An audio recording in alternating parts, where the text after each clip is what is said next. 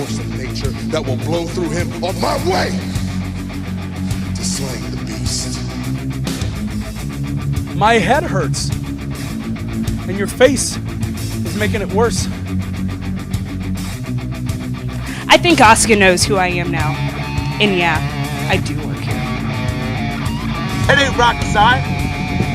It ain't even algebra. It's basic mathematics, man.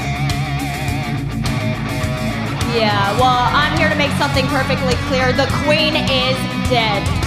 And for the first time ever in Monday Night Raw history, I can rightfully say, long live Alexa Bliss. The one, the only goddess of WWE. Strong side comes alive. So let me give you a little last piece of advice.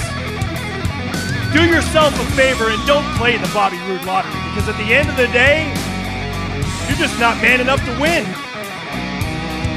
Want to know what it means to be genetically superior?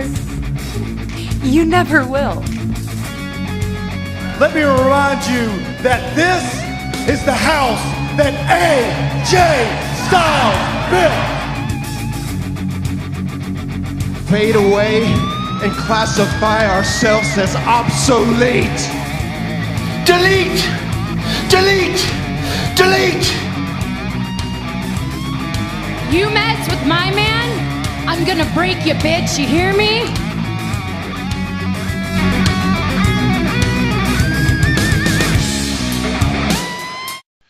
Welcome everyone to the Wrestling Debate YouTube show. I am your host, Simply Sensational Billy James.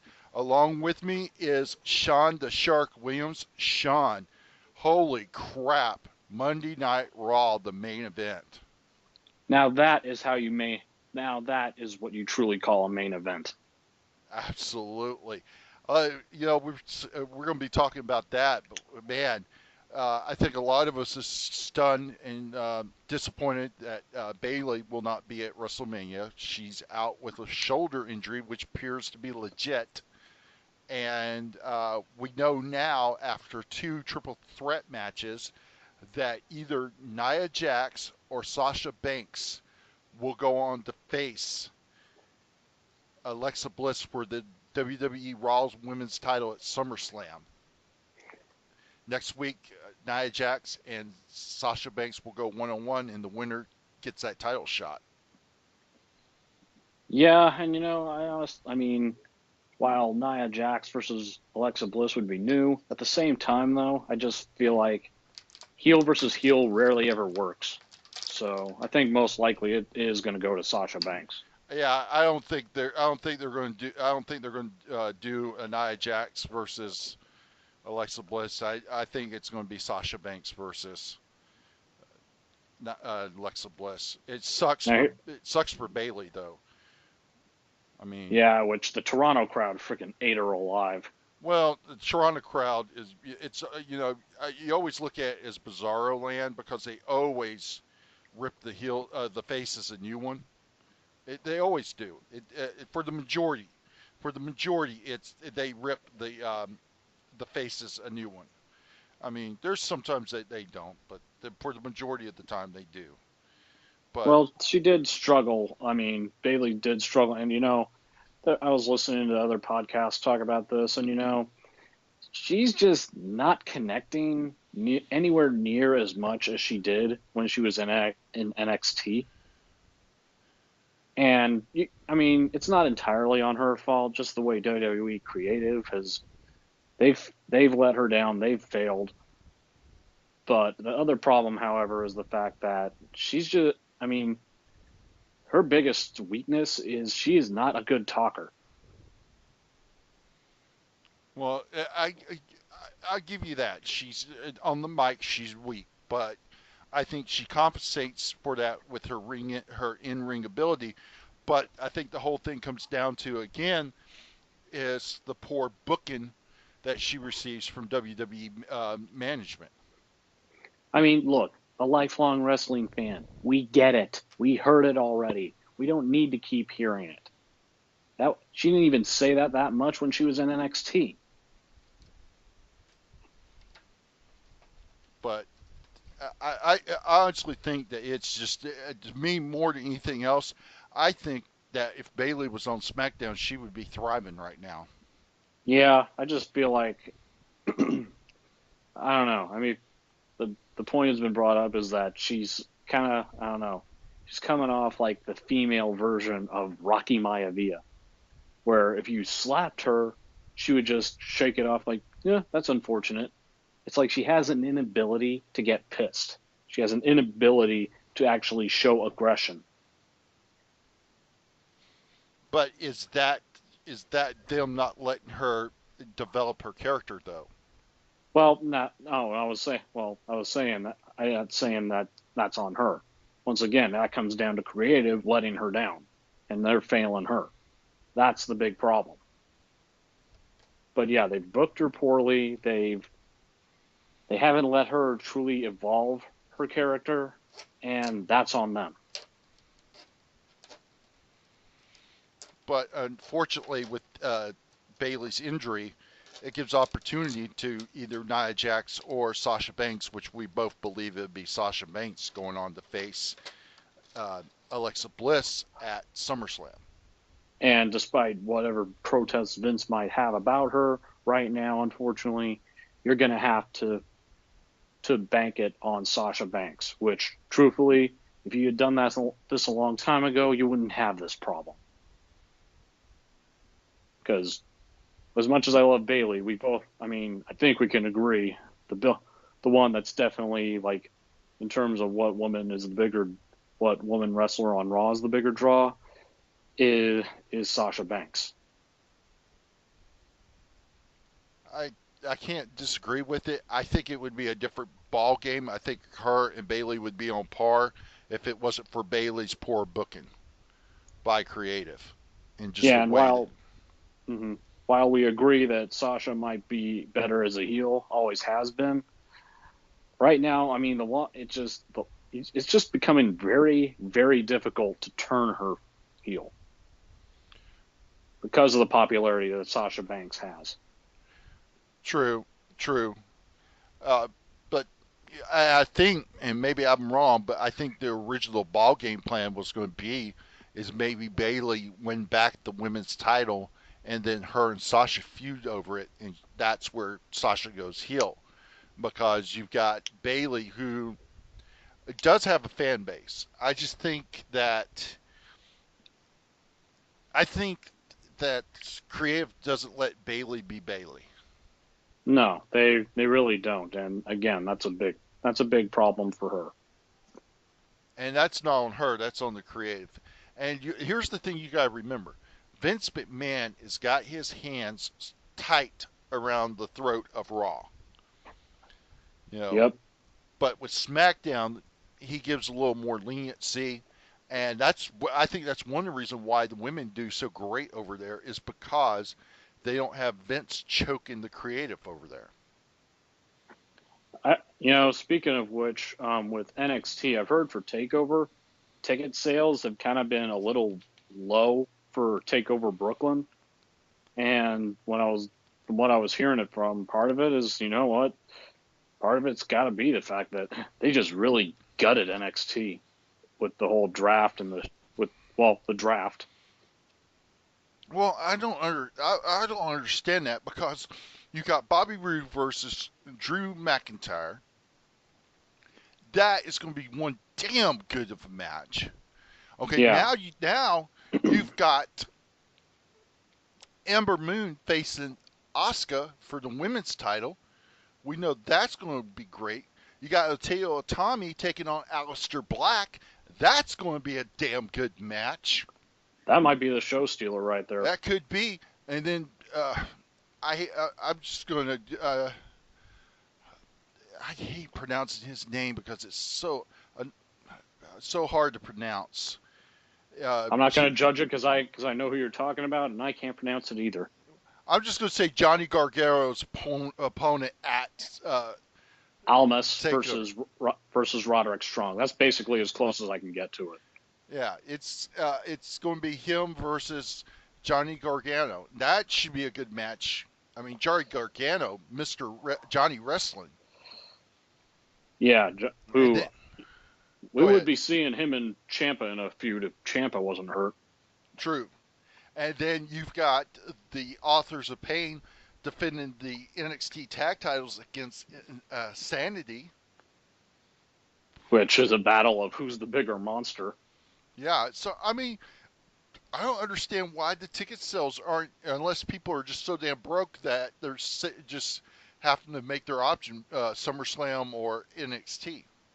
It could be a price issue. I mean, hell, WWE apparently, like I heard back a while back, there was a charity event coming up where you could actually meet Stephanie McMahon and Triple H, and the proceeds were going to charity, but they were charging like $800 a ticket. I'm sorry, but you were look. All due respect to them, I am not paying $800 for that, even if I had that money. Yeah. But I agree, it's a stacked card, and I always think of all the NXT takeovers. I think they really outdo themselves with Brooklyn. Yeah, and 9 times out of 10, everybody says the matches on the NXT takeover were better than than SummerSlam for the most part. But we're digressing.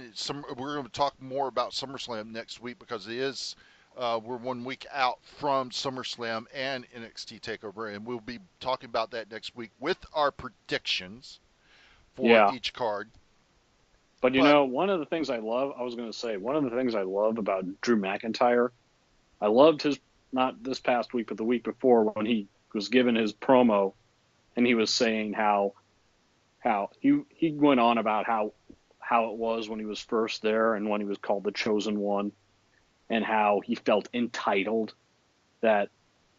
and basically saying how being called the Chosen One was a death sentence for him. Yeah. Which it was. Because you know what, he got released. He went to the Indies, went to TNA, and you know what, he found himself. He developed his craft, and he became what he is now. Yeah. And you know what, and not only do I think he can go in the ring, which honestly, even when he was the Chosen One, I always saw potential in the guy. Even when people told me I was out of my mind, in thinking that there was potential in Drew McIntyre. But you know what? I mean, look at the promo that he gave to Bobby Roode and saying how this is not your NXT, this is our NXT. So the dude can not only go in the ring, he can go on the mic. Oh, yeah. And the thing about Drew is, you know, I feel like his NXT run, his TNA run was a successful run. It was. He had a good world heavyweight title run there. Mm-hmm. And then he became Impact champion. Mm-hmm. So I think that's where on TV he proved himself that, hey, I am a draw. Mm-hmm. Absolutely. I had the fortune to meet Drew McIntyre, aka his real name, Drew Galloway, last year at Fanboy Expo, and I got to talk to him briefly, and he's really a humble guy. Yeah, I've heard that about him also. There are two guys that I've always felt were that. Drew is one, and Adam Cole is another. Which is why I can't wait for the time, which I think is inevitable, where we will see Adam Cole in NXT. Well, so I guess we can both agree that it's going at SummerSlam. It's going to be Sasha versus Alexa Bliss for the title. Yeah. And of course, the question is, will Sasha actually take the title? Because Alexa Bliss has held it for quite some time. That is very true. Now, we were talking last week that the plans are that they're going to do a roster shakeup after SummerSlam. And we talked about some people, going to be sent back down to NXT. An interesting comment you had made earlier in the week, and you had asked this question, and I'll just bring it up again. You had asked the question, should Bayley go back to NXT? I believe that's the way you worded the question. Yeah, I did word that, and honestly, I could look at it as I could go either way on that one. I mean, I think that she could possibly reinvent herself in NXT, like maybe develop her character more than creative is letting her on the main roster. Because look, there are some guys that have been brought up to the main roster that really shouldn't have been, where they just ended up being a bust. I mean, like I told you prior, that I always thought the Vaudevillains should have never been brought up to the main roster. Right. But here's what my thinking is. Okay, I don't think you need to send Bayley down to NXT. Just switch her and put her on SmackDown. Yeah, that could work. I think that would be the best thing. But moving on, also Monday night, we had one hell of a main event. It was Roman Reigns versus Braun Strowman in a last man standing match. Yeah, and people are still talking about that chair shot. Oh, yeah. Where Braun just hurled that office chair right into Roman. Yeah, nailed him right square in front of in the face.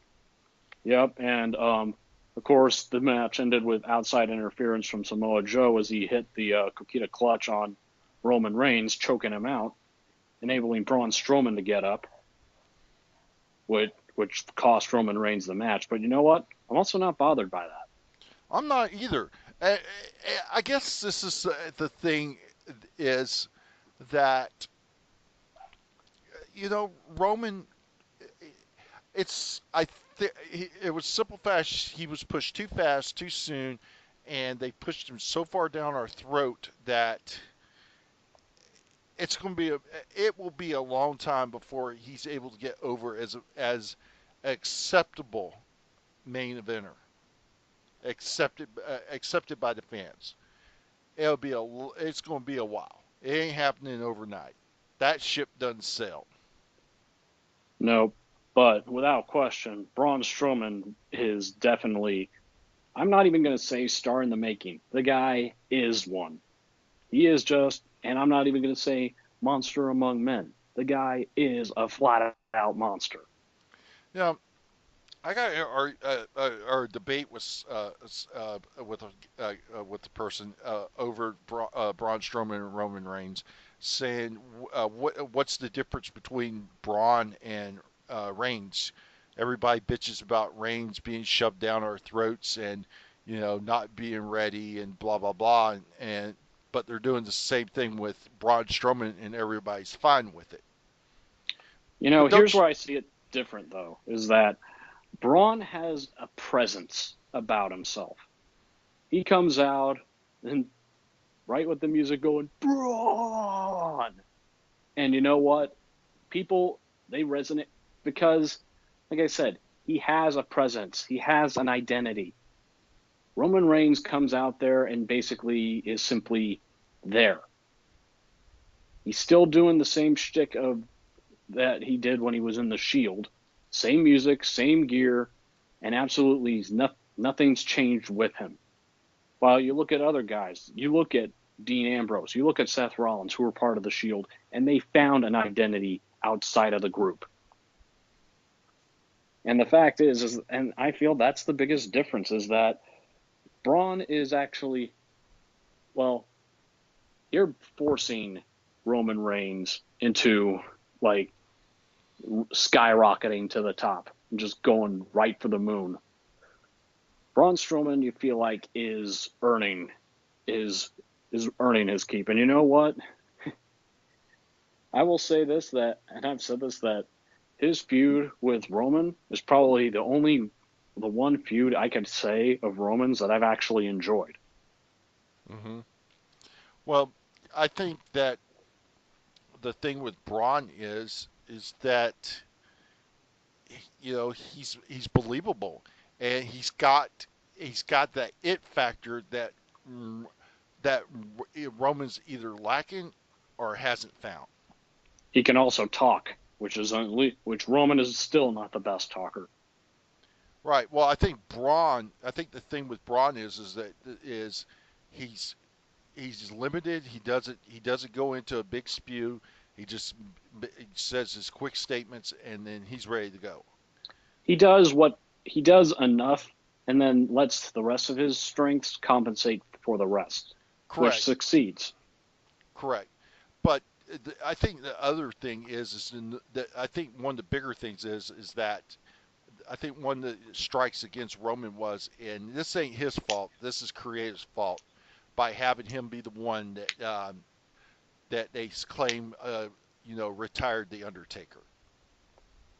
Which honestly, I felt like that would have been more of an accomplishment if the streak was still intact.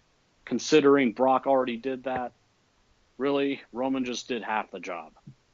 Right. And Taker just looked horrible in that match. Well, let me ask you this question: Had it been the Undertaker's undefeated streak at that time against Roman Reigns and Reigns beating him, do you think that Reigns would have more heat from the fans than what he does now? Because I think it'd be much worse. I think it'd be much worse than it is. Yeah, because every time he brings up the Undertaker, he gets booed. Yeah, because here's the other thing. Yeah, Brock was the one that ended the streak. But you know what? He doesn't brag about every time he appears. He doesn't brag about that. Brock, because people remember that Brock was the one. He didn't have to brag about it. He used that accomplishment to further him, and you know what? It worked. Well, now let me just say this. Yeah, Brock didn't have to brag about it because he had his advocate, Paul Heyman, do it for him. Well, true, but Heyman did always do that. Brock is the one in 20-something and one. 21 and one. But at the same time, though, he didn't use that to elevate himself they didn't use that to further him along in major feuds after. I mean, most of the major feuds after that. Roman has to keep beating it with a dead horse week after week.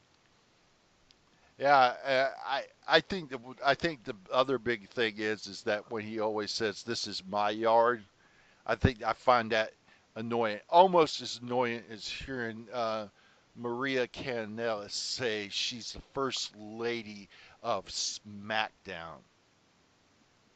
And when Taker did the American Badass gimmick and said you're standing in my yard, he didn't say it all the time, and when he said it, people recognized it. People believed it because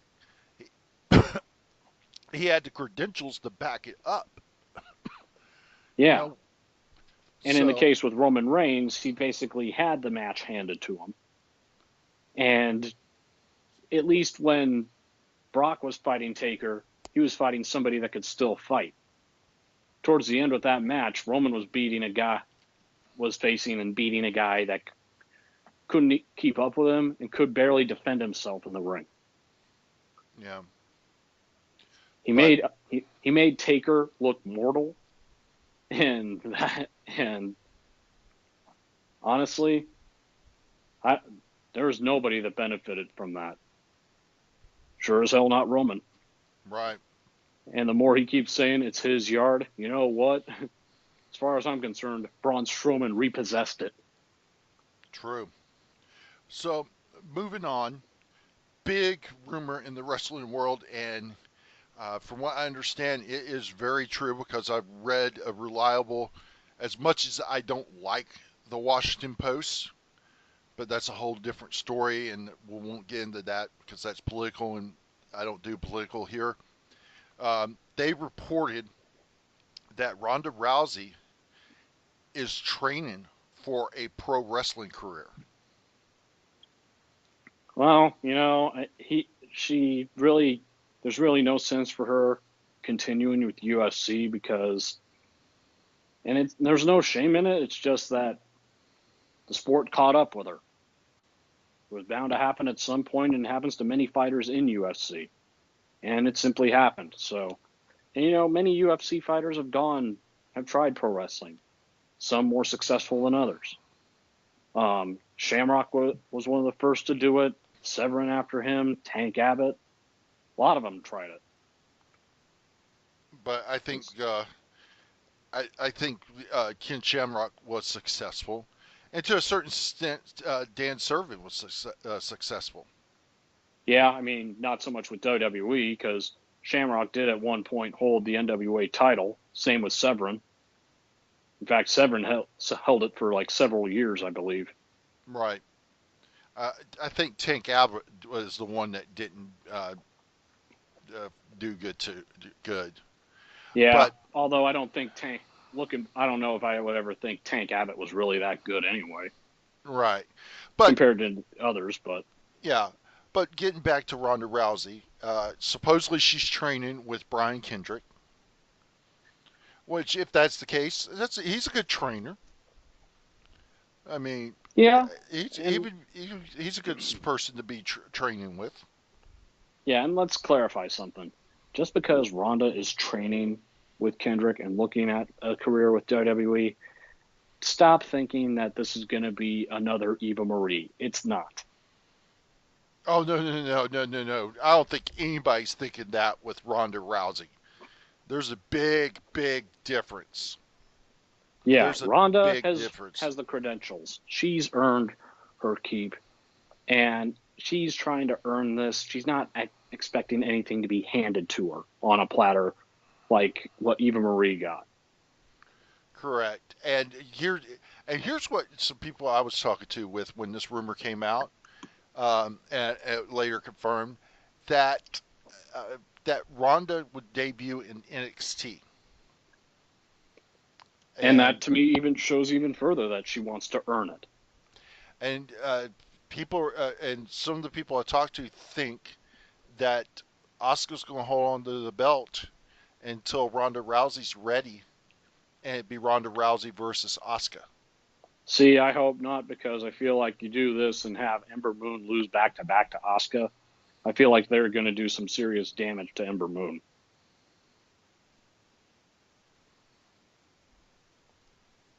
Well, you know, they had the perfect chance to take the NXT title off of Asuka during that triple threat match with Nikki Cross and Ruby Riott.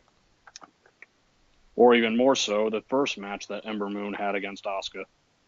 Well, the reason why I say the triple threat match is that you could have had Nikki Cross pin Ruby or Ruby pin Nikki Cross, and that would have got the title off of Asuka, but it would have left her undefeated streak in place. Well, here's the thing. I'm so sick of there are times when undefeated streaks are good, but at the same look, if there's one thing that I've learned is that streaks end. And at some point, Asuka has to lose. The authors of pain have to lose. And really, the longer you go before you actually have it happen, you're going to make it to where they become dependent on that streak. And that never helps anybody. Not anymore in wrestling these days. Well, it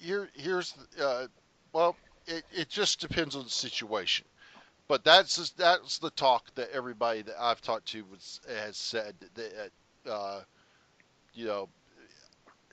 Ronda Rousey being the one to end Asuka's undefeated streak, which you have to admit that is impressive. She has the longest undefeated streak of anybody in WWE. Yeah, but at the same time, though, I don't want this to be like when Kurt Angle was the one that ended Samoa Joe's streak in TNA. I just feel like look, I'm not saying that it'll take a while for Ronda, but if she just started with the training, then you got a ways. And right now, I feel like in terms of developing more stories, you can have Asuka lose to Ember Moon. And you could have her in a rematch, the two in a rematch, or have Ember start defending against other people like Nikki Cross. Well, I guess we're going to see what's going to happen there, but eventually the way I'm hearing people talk is they feel like that if Ronda's trained right, she could come in and be the female version of Brock Lesnar. She could be. I mean, and maybe we got to agree to disagree here, but I'm just saying that I feel like if you have Ember fail to beat Asuka, it's a mistake. Well, I agree on that, but I just feel like that if that was their plan, then they should have took the title off of Asuka when they had a triple threat match to where they could take the title off of her without her being pinned and in her undefeated streak. Yeah, but at the same time, it would make, I mean, Ember winning the title would mean more defeating Asuka. Very true. And how the last time when she laid out Asuka with the Eclipse and she didn't touch the belt. Like, she didn't want to touch the belt until she actually wins that. I truly believe that this is where they are going and that Ember is going to claim that belt. Well, I guess we'll find out in a week. So, getting ready to wrap things up here. Just a brief note. This Thursday is going to be GFW's Destination X. What a tongue tire. And the rumor is Alberto Del Rio is going to have his suspension lifted, and he won't be stripped of the title. Interesting. As Orlando police never found him to be the guilty party in the incident, and charges were never filed against him. Yeah, well, it makes sense. I mean, if there's nothing on him, then at this point you might as well just lift the suspension, let him do it. Right. So, but keep a watchful eye on him. True. So tentatively, it's going to be Alberto Patron, defending the GFW World Heavyweight title against Loki. Which I don't think it'll be a bad match. I don't know if they would actually put the belt on Loki. True. It wouldn't be the first time he's held a world title. True. Also, you have Bobby Lashley versus Matt Sydal. If it actually happens, which according to what I hear, it's still looking to happen, even though Sydal had a pretty nasty shoulder injury. Yes, that is very true. Then you have for the X Division title, it's a ladder match. Sante Dutt, the champion, versus Trevor Lee, which should be good. Oh yeah, and I don't see Sanjay losing the belt though. Well, and then also you have the GFW's Knockouts title, Sienna defending against Hall of Famer, and I believe she is a 5-time Knockouts champion, Gail Kim. Mm-hmm. So I think Destination X is going to be a stacked good show for a live show. And what they mean by live is most likely on an hour delay. Right. So I'm looking forward to it. To me, I think ever since Anthems took over and Jeff Jarrett is back in control of creative, things for the most part have been better. I mean, there's some things that I can say, really, but for the most part, it's better. Yeah, like honestly, I'm over the whole Grado, Congo Kong, Laurel Van Ness gimmick already. Well, I'm over Grado. I've never been a fan of Grado. I know that John loves him, but I've never been a fan of him, and I'm not a fan of Joseph Parks. Give me Abyss. Yeah, I honestly wish it was just back to Abyss and James Mitchell full time. Yeah, the problem is, I think the big mistake is that they let Crazy Steve go. I think I think that was their big mistake. But it's nice to see that Rosemary has been thriving on her own. Well, we knew she had the potential to do so, so Oh, yeah. that was no question. And such, but you know, it should be a good show, in my opinion. And of course, you know, we're gonna have SmackDown and Raw. They're the send-off shows for SummerSlam. So hopefully, uh, those will be good shows. But anyway, that's it for this week's edition of the Wrestling Debate. I've been your host, Simply Sensational Billy James. Sean, you got any plugs? All right, follow me for my wrestling thoughts. Follow me on Twitter at ApexSharkSW. Facebook group is The Wrestling Attack, where you'll find all my thoughts on wrestling and sharing wrestling news. And that's it. Okay. You know, if you want to catch me, you can hit me up on my Facebook page, Wrestling Debate. Type it in, or Billy James, you should be able to find me.